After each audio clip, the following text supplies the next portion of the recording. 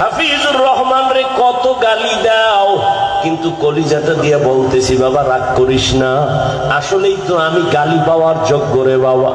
আমি যদি গালি পাওয়ার যোগ্য না হইতাম আমার তো গালি দিতি না। আমি আসলেই তো একটা অযোগ্য বান্দা।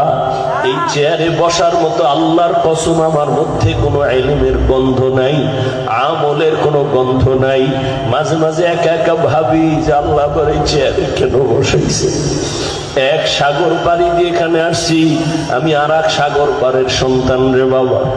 এই মানুষগুলো কেন আসছে তাও আমি বুঝি না, অথচ আমার কথায় কোনো কিছুই নাই, আমার ইলম নাই, আমল নাই, কেন আসছে তাও জানি না।